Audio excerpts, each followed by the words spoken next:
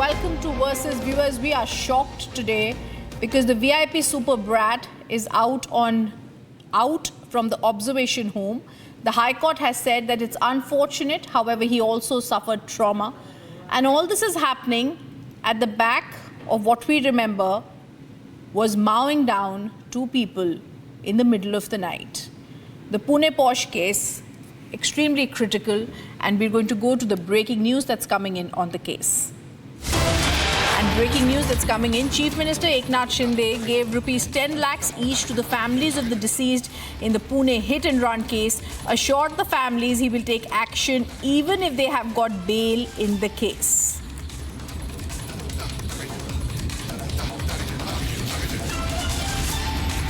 I also want to then therefore tell our viewers what's been happening in the case. This happens after the VIP super brat is out on bail. Maharashtra Chief Minister Eknath Shinde assures that action will be taken, gives 10 lakh rupees each to the families of the deceased in the Pune hit and run case. Let me go across to Sandeep. Sandeep, you've been tracking this story from the start, from getting the Pune Police Commissioner to finding out the lapses in the blood samples, to the tampering, to trying to get in a word from the first JJB Dhanwade, the member of the JJP who had tried to who had first given that shocking order saying that this VIP super brat should write a letter, write an essay. And then I also remember you had gone and also asked several questions to NCP Tigre, the NCP MLA. How does this, as someone who's been covering the investigation from the very start, Sandeep, look to you? Is this suspicious? Is the Bombay High Court, of course, working on legal technicalities, but has everyone really forgotten that two lives have been lost forever? The only thing that can be blamed at this point in time for those two lives who have lost their life is the law that, in fact, does not allow the juvenile to be behind the bars or to take any stringent kind of an action against that very juvenile. As per that JJ Act, one cannot be, in fact, given any rigorous punishment in this very such kind of cases. And ultimately, considering all these legal points, the Bombay High Court allowed the release of the juvenile in this very matter. What is more important at this point in time is that what kind of a situation, what kind of things that could be going within the minds of the family members of the victims. Remember, they had, in fact, had to struggle at the point to, in fact, take the body as well, to do the final rites as well. Why the Pune police, made the family members of the victims to struggle at that point in time when the incident had happened? Why that kind of blood sample swapping took place? This is the biggest question. Who were the officer, in fact, on whom supervision the blood sample was, in fact, changed? Apart from the suspension of two cops, why did the Pune police did not book these cops for negligence in this very matter? These are the questions that are being raised. Not only that, but the MLA who was, in fact, at the police station, he is still, not being summoned by the Pune police. Absolutely. And Sandeep, I thank you for being with us. I want to continue asking you, along with the rest of India that's shocked, to continue ensuring that the investigation continues. Viewers, we also want to take you and remind you, in a shocking turn of events, the Bombay High Court has today granted bail. I would say that they've said that he has to be coming out of the observation home in the Pune Porsche case. The order that has been passed by the court in the habeas corpus petition that has been filed by the accused aunt says that the 17-year-old boy has also suffered some trauma. It's been an unfortunate incident, and now the only thing that is left to be seen is what's going to further happen, what action will be taken for the families. Has the system really deprived these people of justice?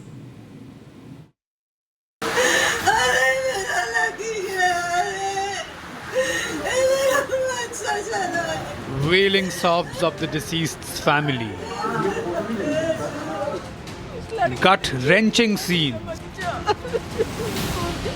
Two families broken forever. A 2 crore car. A super rich brat mows down 2 people. 2 people dead forever. Nationwide anger. The Bombay High Court has now ordered the release of the minor accused.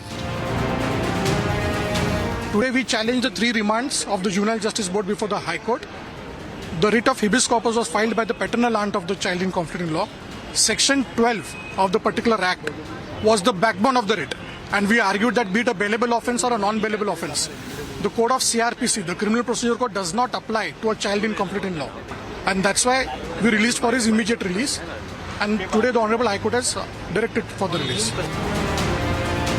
After the minor's bail, the Pune police is being viewed with skepticism. Did they botch up the probe? Did those innocent lives not matter?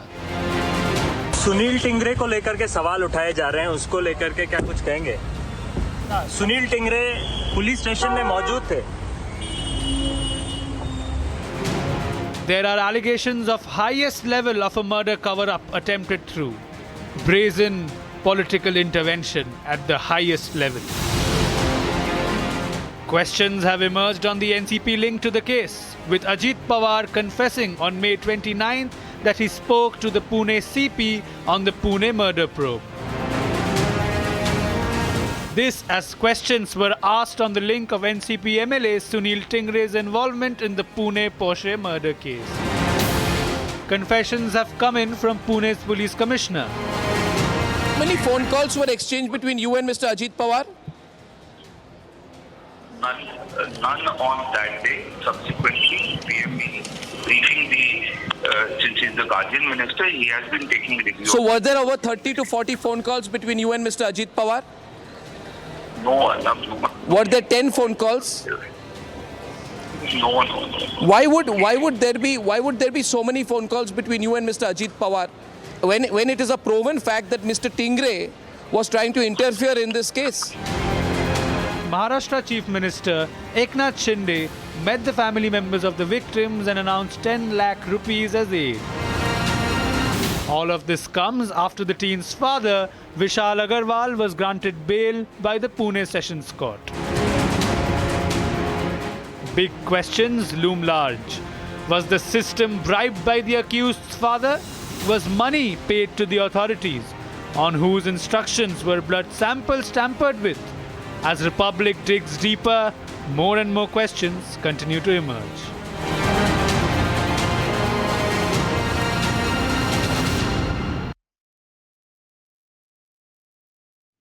There's nationwide shock at this release that the Bombay High Court has ordered of the 17-year-old VIP super rich brat. We've spoken and been at the helm of this investigation, whether it has been trying to speak to the Pune Police Commissioner, seeing that the blood samples are tampered with. It was actually our editor-in-chief Arnab who was the first person to get that inkling that there was something amiss when the Pune Police Commissioner had that conversation with him. I'm joined today by advocates in this case and also otherwise going to be giving us some details of it. Rizwan Siddiqui, who's defending the family, is joining me, as well as Murari Tiwari, advocate, is joining us. And I want to come to you, Rizwan, earlier because I've heard your views on this case. It's shocking. I know it's a technicality that was argued by Abad Ponda in the Bombay High Court on the basis of which the release has happened. But to use words like this person has also suffered trauma is very painful to the family that has lost its close ones. See, if I have to look at the entire thing from the point of view of the judges and from the point of view of law, then the judges will always have a different take on the entire thing because they cannot overlook the anxiety, the trauma, the inconvenience also faced by the boy who is in conflict with law. So what happens is that India is already, we have signed a treaty, international covenants have been signed with regards to child rights and child protection, and along with many other countries. So we are duty bound as a country to abide by those treaties. Sure, to abide but by... Rizwan, I just want to interrupt you there for a minute. Look at the facts of the case. Look at the kind of botch-up that's happened. Look at the way the JJB gave its earlier order and asking him to write an essay. We can't look at a trauma of a child in conflict with the law only, per se, legally speaking. It has to be done in a manner in which justice not only has been done, but also should seem to be done, Rizwan. So I will clarify both sides. As a matter of fact, justice seems, it should not be just appearing to be done. It should be actually delivered to both sides. Now, coming to the entire case from the very beginning, if you look at the entire thing, the Juvenile Justice Board, the order passed by the Juvenile Justice Board at the first instance of asking the boy to write a 300-word essay was, of course, unwarranted and uncalled for, and it was really not required. What ideally should have been done in that case is that the state should have moved for trying the boy as an adult, considering that the matter was a serious matter. But unfortunately, what I see is that the matter never went in that direction. So since the matter did not go in that direction, the judges are duty bound to look at the matter the way it is presented. Okay, so since the entire defense is to do with, defending the boy under the provisions of law, the juvenile, who has to be tried under the Juvenile Justice Act, because there was no pressure from any side to try him as an adult. I do not see any application being made by anybody where, the pressure was made to try the boy as an adult, and considering that the matter is a serious matter. So now looking at the way it was presented in the court, the judges will have to look at the entire case. I understand the legalities of it, and I respect the court. I respect the Bombay High Court going on what Abad actually argued in the court. But Murari Tiwari, I also want to ask you, is it only the law in strict terms that has to be seen? What about the Maharashtra Chief Minister meeting the family, saying action will be taken? What about trying to unearth evidence that is clearly showing that blood samples had been tampered with, that the doctors have been suspended, that there were MLA's presence on the very night of this incident, and those MLAs and the links of these MLAs with the super rich family are also being probed? Though this incident was very unfortunate, and even the subsequent developments were also very unfortunate, the way things were being managed. I am in agreement with Rizwan, but at the same time, as a lawyer, I also joined your TV show with Mr. Arnab when this incident had happened, and even at that time I stated that this boy will take the benefit of the act. And Rizwan rightly said that there was no persuasion with regard to proving that this case should be tried as an adult. But at the same time, the law is very strict so far as juveniles are concerned. In case of juvenile, the courts are very much concerned about the reforms and care and betterment of the juvenile. I know. So but Murari Tiwari, again, I just want to remind our viewers, and I want to remind you that there was a change in the law. Of course, it was a different change when Justice Verma's committee, I think around 2013 or 2014, came out with a law for the JJB, for a law that was, of course, after the Nirbhaya case. But I remember when I had at that time spoken to Justice Verma also, the kind of nationwide shock there was that in the Nirbhaya case, the juvenile got away scot-free. There were new sections added to the JJB Act which clearly proved, Murari Tiwari, that one also has to see the heinous crime that has been committed, like in this case, by the super rich super brat.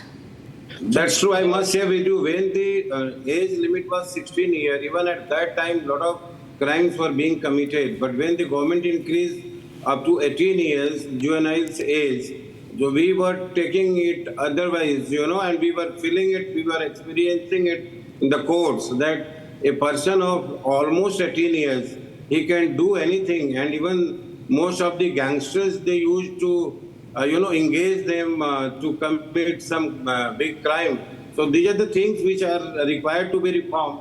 But at the same time, we cannot deny the existence of law as on today. And this accused, he has taken this juvenile has taken the benefit of that act only, and there is nothing wrong in the today's order, because this order was expected by the JJB at that time also, and I had stated on your TV channel that this boy will take the benefit of the act, and similarly the High Court has observed today, and in future the agencies, they have to learn a lot. and the way things were being manipulated, it was very shocking.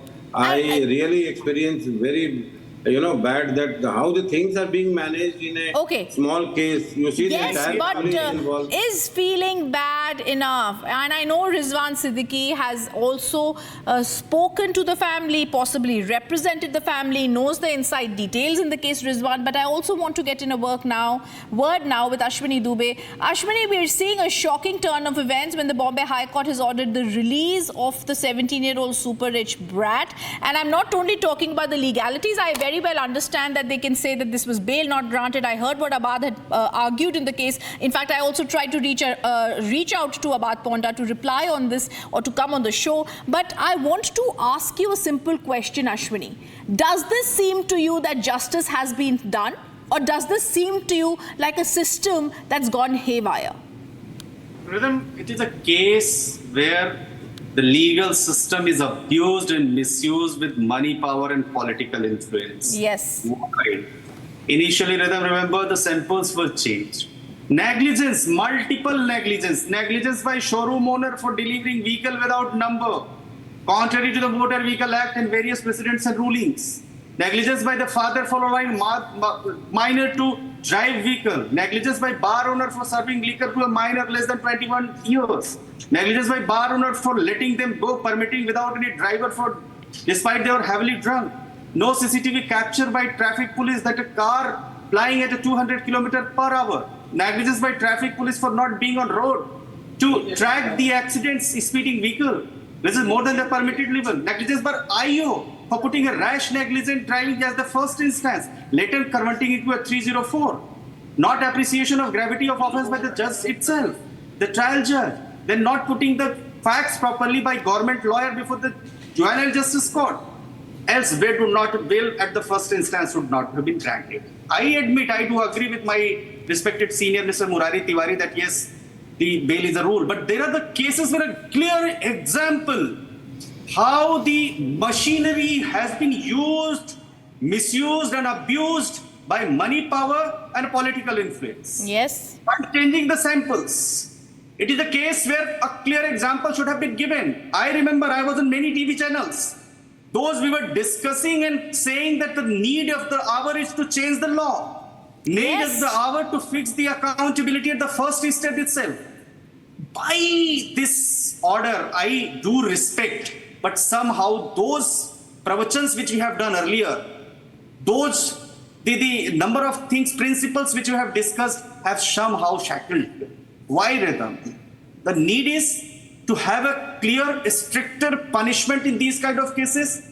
I do admit that a bail is a rule, jail is an exception, Justice Krishna Rayya's ruling. Bail does not mean that he has been absolved from the liability, but exceptionally circumstances which need in this case a message to be conveyed to the entire country that look, दो innocent लोगों की जान गई है 200 से ज्यादा kilometre की speed से व्हीकल चल रहा था ब्लड सैंपल्स बदले के कितने इन्फ्लुएंशियल लोग थे बिल्कुल Yes, the ministry. And I think this has to be taken into consideration despite the Bombay High Court having its celebrity lawyers, Abad Ponda, Prashant Patil, appear in the case before the High Court bench and go on a technicality like Rizwan mentioned. Rizwan, I also want to draw your attention to one thing. Of course, the teen's father was granted bail, but he continues to be in jail for the other ongoing legal cases. But we also remember the way the family, and this is first on Republic TV, how the grandfather was trying to coerce the family driver to take the blame allegedly that he was driving the car. When such shocking incidents are right there in the forefront, Rizwan, do we not also take a look at these injustices that have occurred in this case? See, if you look at the judicial system, it is very, very clear that the judges will not be able to go beyond the pleadings. You see, and the pleadings are captured in documents. And if there are documents on record, if there are pleadings on record, and if there is no kind of rebuttal, there is no kind of challenge, there is no kind of argument to challenge anything on record before the judges, then the judges are going to go by what is placed before them on record. So if the state really had to do something, they had to really challenge it. First and foremost, they would have had to try the boy as an adult. And there are many cases where, see, Juvenile Justice Board and the Juvenile Justice Act is also very clear. a 12-year-old boy under the Indian Penal Code is a boy or a girl is old enough to understand the consequences of its crime. A 15-year-old girl can get married under the Muslim law. You see, so their law is very clear. That means a 15-year-old girl, The law is when she clear, can get but married, what about the system, Rizwan? We understand the law. I'm talking about the law which the judges have to follow. Sure. The judges cannot go by media. You can say media. trials. Sure. Rizwan, I want to ask you a question on something you just said, and I'm going to come across first to you and then Ashwini and then Murari Tiwari. You said that there was nothing placed before them by the other side. So is it true that the only arguments in the case were made by Prashant and Abad and the other side did not try and contradict them? I'll clarify. Basically, if you look at the entire case, though I've not seen the order, it's not come out as yet, but if you look at the case, it is a writ of habeas corpus filed by the aunt. Yes. Okay, a writ of habeas corpus filed by the aunt. So the pleadings, of course, have to be what the aunt wanted. So if the aunt wanted a certain pleading to be placed before the judge, she must have done it in the way and in the form and in the manner she wanted. Now to rebut that, we had to have somebody strong on the opposite side to challenge the entire pleadings and to travel beyond the pleadings and to show the judge the other side. Yes. But what I see is that the argument that what I see through the media is that the arguments were very, very limited, and therefore what I see is that the entire order is the consequence of what was pleaded before the court. Yes, And I understand. I understand now what you're saying. And Ashwini, this is the system. This is what is sad about the system, because now we're expecting the grieving families to get up, move out of Madhya Pradesh, go to the Bombay High Court and argue that in this habeas corpus They should have intervened. They should have intervened in the case. Why did they not intervene in the case? They should have come in as a private party. Possibly they did not that have they to are wait for the grieving. state. Possibly. I understand the law and technical legal argument that you are making, Rizwan. I understand and I respect that. But really speaking, Eknath Shinde, the Maharashtra Chief Minister, comes out and says action will be taken, 10 lakhs shall be given. But the bigger point is, it is not for grieving families to understand this hyper-technical law and go to a court of law when there are rich brats and they're very super rich, influential families involved. See, I'll tell you what, it's a simple question. These politicians are not lawyers. They don't understand law. I remember the statement of Honorable Deputy Chief Minister of Maharashtra, Mr. Devendra Fadnavis, who visited there in Pune. Mr. Eknath Shinde's statement where he has said that the accused will not be, the justice will be delivered as soon as possible. What was the need? Let's aside that whether the parents of the victim, the deceased children would have been intervened or not. It is the first place responsibility lies on the state. It's a crime against the state. It is an offense. It's not a private offense. It's an offense where the state should have been proactive and the state should have been shown. Yes. Stating that, look, 2 children have died.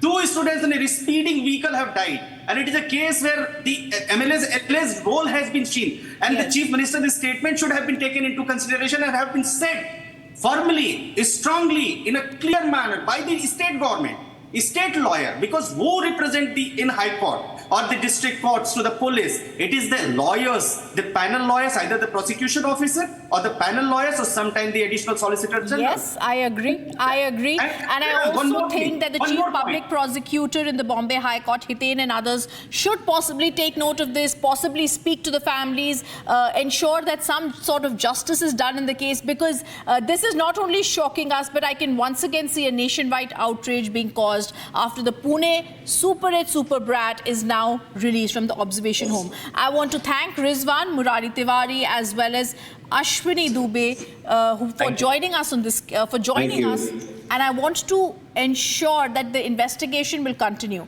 because we at Republic TV are going to continue trying to understand what really happened, where the blood samples went, who all were in the car who were present with the super rich brat, how many people and how many MLAs did the family speak to? Why was Devendra Fadnavis at that time sidelined and Ajit Pawar had at that time tried to speak with the Pune Police Commissioner? There are so many loopholes. It doesn't add up in this botch up. We thank you for being with us on The Versus. It's an investigation we continue to follow.